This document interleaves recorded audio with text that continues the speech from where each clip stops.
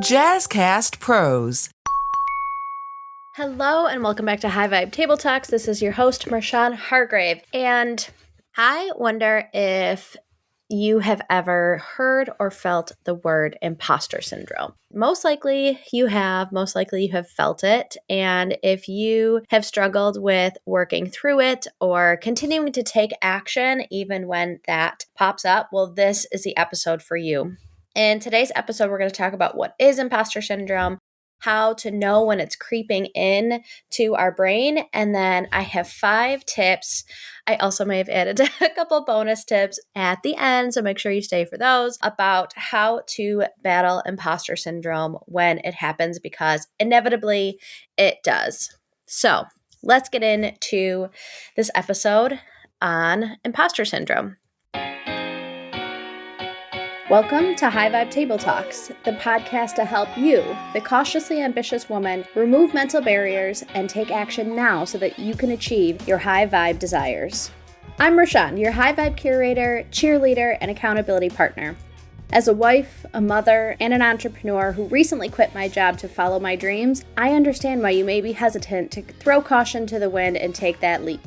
I love talking about the topic of imposter syndrome, and part of it is because, when I was first starting my business, again, I'm still relatively new into it, but there were a couple books and other podcasts that I listened to. There was one with Reid Hoffman.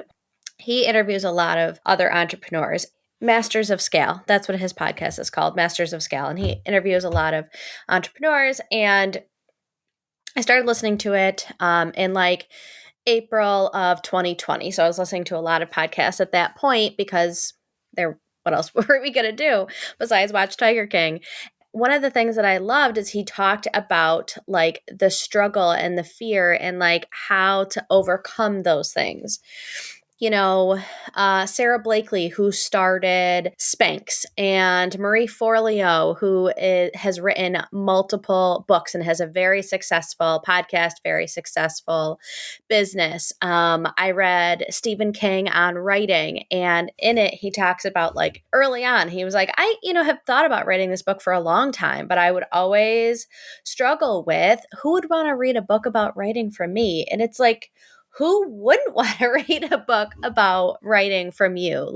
You're one of the most prolific writers of our generation. Of course, people want to hear about the process and the person and all of it behind this person that we have read so much from. And my ideal client, the people who make up most of my masterminds, who join the co-working calls, a lot of times they are heart-centered entrepreneurs. And so they, found a problem, whether it was for themselves, someone in their lives, and they were able to fix it.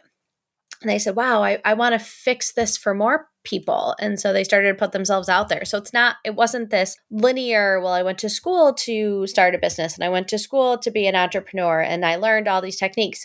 They kind of fell into it. And so they may not have a lot of entrepreneurs around them. And so this imposter syndrome seeps in very quickly because there isn't this formal education around it. And I'm not saying that all entrepreneurs, whether they went to school for business or not, don't struggle with it, but it seems to be really prevalent in my community because, they just have this love and this passion for this problem that they fix. And getting into it and making it a business creates a lot of fear, doubt, unknown, failure. So one of the reasons I love reading those books is because even the people who are at the top still have this thing that comes into your brain to be like, what are you doing? So the first thing you have to do when it comes to imposter syndrome is identify when it seeps into your brain. It can be really sneaky. In one of my earlier episodes that I did with Meg Hansel, we were talking about just the number of thoughts that go on in your brain every single day. I mean, it's 20,000 thoughts go on in your brain every single day. 20,000. A lot of times you don't even realize that those thoughts are happening. And so imposter syndrome can seep in without us knowing and can lead to a lot of other things, or like I say, imposter syndrome and fear have a very robust wardrobe. So they like to show up as many different things. It's not just, oh my gosh, I'm having imposter syndrome right now. It's like, I'll get into some of the other costumes that they wear, but you have to be aware that it's happening, and then you have to start to understand what it is triggered by. And so you start to step back and take yourself out of it, because at the end of the day, and I'll get into this a little bit later, it's not you. It really is not you. And so step outside of it and say, oh, making cold calls, first thing on Monday morning, when I haven't had breakfast and I've only had a cup of coffee, that's really triggering to my imposter syndrome. The first thing is awareness. And then from there, we'll get into some tips and tricks that you can then take with you to say, okay, so maybe I need to do X, Y, and Z. So what is imposter syndrome? The definition of it, let me pull it up, sorry.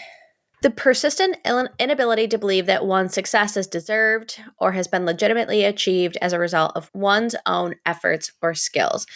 That's like the textbook definition. But one thing that I hear a lot is, and this is my first tip, is like, who am I? Who am I to why are they going to hire me? I don't think that no one's going to buy from me. And so it's kind of like the who am I that makes us feel very small. The other question that comes up or thought that pops in our head is, well, I'm not an expert on this. Again, who am I to talk? I'm not an expert. I talked in a couple episodes ago, people don't need an expert. They need someone who's a little bit further along in the process than they are, who has been down this road that you're currently going. Imposter syndrome likes to put on different costumes. So one thing that may pop up when you're struggling with this certain aspect of imposter syndrome is, well, if I just take one more course, if I just make my website look a little bit better, if I just do a little bit more research, then I will do these actions that I say I'm going to do. My first tip number one, is when that question pops in your head, who am I? I'm not an expert. Switch it with why not me? Why not me? I've been down this road. I am doing it. There are people who need to hear my perspective on this particular topic. Why not me? Also, who the F cares? As a woman myself, this business system, entrepreneurship, was not made with me in mind. And I say that from a place of privilege, being a white woman, because then when you take into consideration the intersectionalities of marginalized communities, Black women, members of the LGBTQ community, Hispanic women, Asian women, and there are so many communities in which entrepreneurship was not made for, wasn't built in the past many decades to support. So not only was the system not created for many of these communities, our brain was not wired to be entrepreneurs. Our brain has been wired to keep us safe, keep us in community, keep us with the pack. Back thousands of years ago, if we left the pack, we would die. Literally, we would die because of, starvation or weather or protection, whatever it is. So if we left the pack, we would die. So for a long, long time, our brain has been wired to stay with the pack. Don't go outside of the norm. Entrepreneurship is very, very much going outside the norm. So when I talked earlier about it's not you, everybody has imposter syndrome because our brain was not wired for us to go outside of the standard day-to-day, what everybody else is doing. When I was talking about Stephen King and Marie Forleo and all the people on the Masters of Scale podcast, the good news is we all have it. All of these people have imposter syndrome as they are building their business, as they are creating, as they are going outside of the norm. The bad news is we all have it. So it never really goes away. I mean, Stephen King, he had sold millions and millions of copies of his books and was still struggling with imposter syndrome of who wants to hear from me about writing. So, all of these tips are going to help you build a relationship with your imposter syndrome because there is no level of success that we are going to have, most of us, anyways. I'm sure that there are potentially narcissists who don't struggle with it, but that's the exception, not the rule. For most of us, we are going to struggle with it no matter what level of success that we have. So, you have to create a good relationship with it. You have to create boundaries, you have to create rituals and routines when this shows up because it always will. Okay, so one of the reasons that I started High Vibe is because when I was in sales for a software company, I was brought to tables that I had no business being at. I was a fly in the wall, and 70% of what they were saying went over my head. But I was able to understand how they made decisions, why they made decisions, what the discussion looked like, what the process looked like. A lot of times when someone comes down and is like, oh, here's what we're doing. Here's, your marching orders. You're like, well, how the heck did they come up with that? Why are they doing this? It doesn't even make sense. But then when you listen in on the process, you're like, oh, that's why they made that decision. And so I wanted to create more tables for other women who felt called to entrepreneurship, but didn't necessarily have other entrepreneurs in their life or feel like they had a space to show up and share their experiences and share things like imposter syndrome and hear like, no, girl, you're doing great, sweetie. If you don't see yourself or your experiences in the process, you can feel like you're doing it wrong. And that's where that may be a trigger where these doubts and fear can creep in. So here is tip number 2, find community. If you have followed me on social media for any length of time, you know that I always preach community. Find community, find community, find community. I truly believe that finding community is a huge aspect for battling imposter syndrome because, one of the beautiful things about my masterminds is that they are niche agnostic. Whether you are selling dog treats or you're a career coach or you have a creative space or you're writing a book or you make music, any of those creative processes, those endeavors, a lot of the roller coaster emotional journey is the same. And so when you can see other people in that process, and a lot of times, like when we're talking, someone will like give advice and they'll be like, why can't I even take my own advice? It's so much easier to give that out than it is to do it for ourselves. But it really brings a different level of awareness of what's going on, kind of takes you out of your own head. So a lot of times when someone may be like, talking negative about themselves or like, I'm never going to do this. And someone's like, remember how awesome you just did last week and all the things that you accomplished? Remember these wins, And so when we're able to kind of step out of ourselves and our own rut, it really helps us keep going on in the process. So finding community is so crucial, in my opinion, to keep going and to really battle imposter syndrome. Okay. Tip number 1 is flip the script of who am I or why me to why not me. Tip number 2 is find community. And tip number 3, remind yourself that this is the first time you have done this exact thing. Of course, there's going to be unknowns. Of course, there's going to be failure. Of course, there's going to be stumbling blocks. That is totally normal.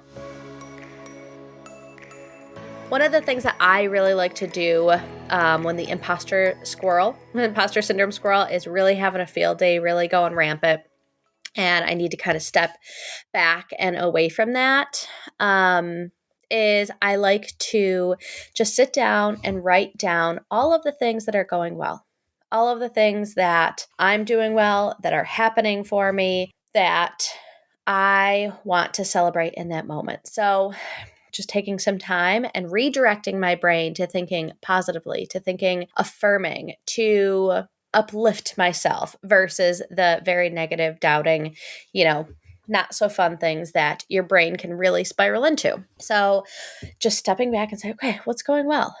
I'm here. I'm breathing.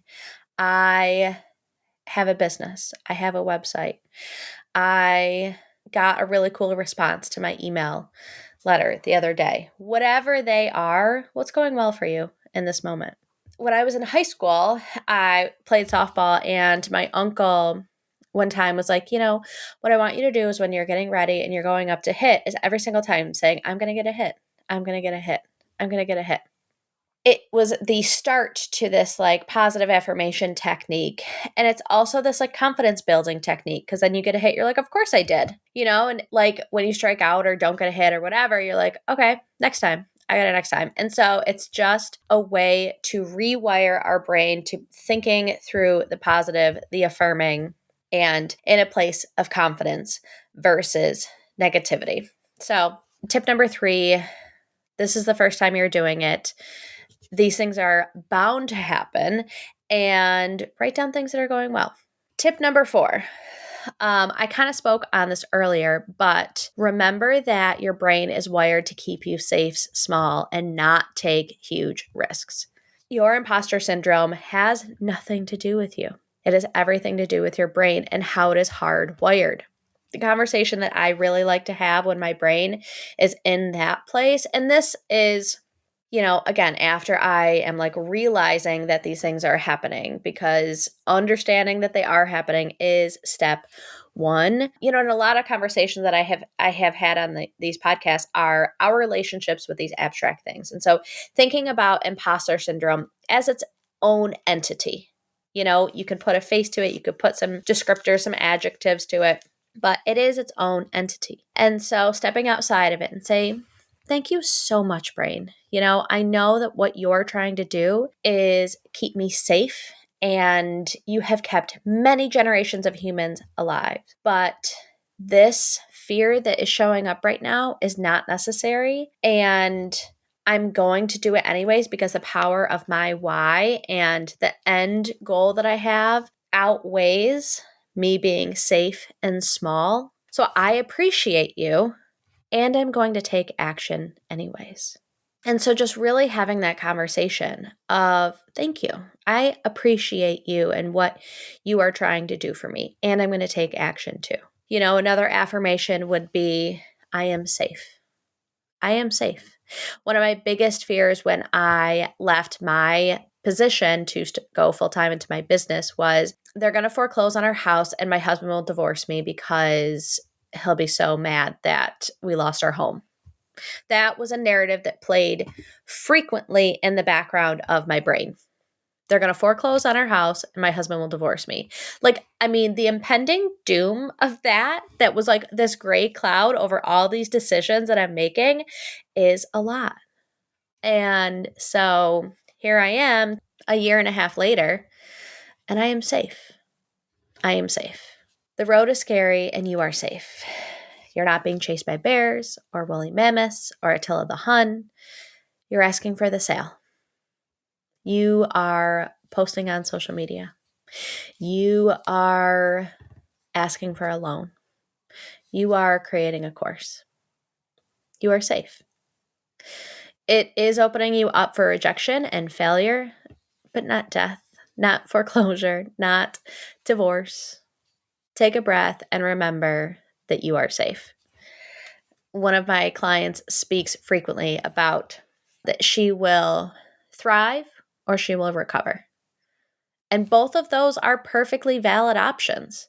Even if this business wasn't successful and I had to go find another job and I had to go wait tables or whatever I had to do, I would recover.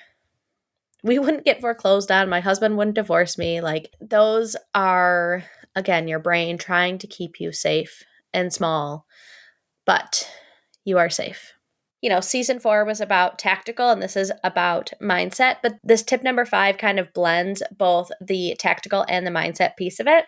Because one of the biggest things that happens in entrepreneurship is not having any confirmation that you're doing the right things. Typically in a office environment, you have other people and you have brainstorming sessions and you have like a boss who's like, oh, here's your guardrails and here's what you have to follow. And, you could be like, oh, here's an idea I had for an email campaign. Oh, yeah, that's really cool. I really like that. And so there's these conversations that you're having on a daily basis that confirm the actions that you're taking, the decisions you're making. Are you making the right decisions? They help make the decisions. They help follow through. They dot the I's and cross the T's so you can go back and create they can be a safety net.